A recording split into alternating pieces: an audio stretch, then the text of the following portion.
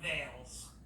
This week, the Department of Justice has opened a criminal investigation into the Russia collusion claims of the Obama administration, essentially investigating the investigators.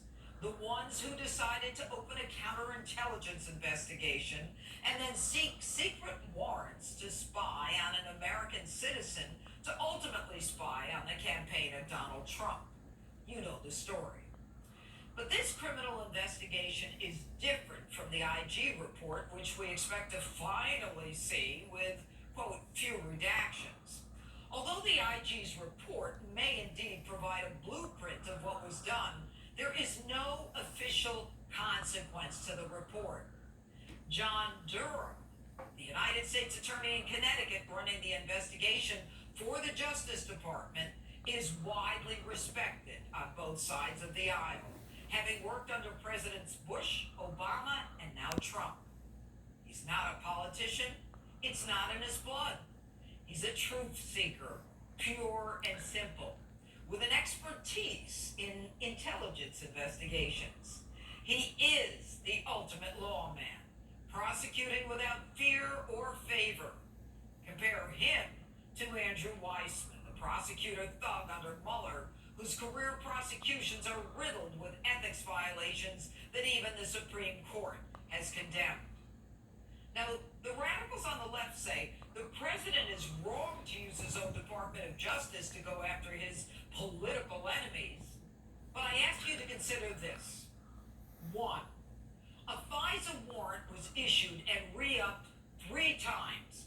The person against whom it was issued is still walking around, never arrested. So if there was nothing there, why did the FBI and the Department of Justice choose Carter Page to go after an innocent person and then re-up that same warrant 3 times, which requires by law additional evidence? Obviously, there was no additional evidence. Number 2. The Mueller investigation, completely staffed by the most biased, Trump-hating ideologues out there with enormous money and power, went on for 2.5 years, involving the FBI, the CIA, the DOJ, the DNI, and the Obama White House in an effort to convict the President of the United States of collusion. They came up with nothing. And let me tell you, let me remind you, they lied to us for years about how our president was a Russian asset and that they had evidence, when it was just the opposite. Cash from Russia was running to the Clintons. Secrets from America were running from Obama to Putin. Missile defense systems disabled so Russia could attack Ukraine. John Brennan, James Comey, James Clapper, all of them worked hard to promote the alleged treasonous, poisonous alliance between Trump and Putin. And now we're witnessing number 3. The resistance continues in their radical star chamber to attempt to impeach the president in violation not only of the House rules, which require that an investigation be conducted in a fair, impartial, and bipartisan or nonpartisan basis, with the power to authorize subpoenas and other compulsory process, was committed by this resolution in the first instance to the chairman and the ranking minority member acting jointly. That's not the case here. They clearly anticipated a joint, fair, and impartial effort to garner evidence. But these radicals don't care about justice.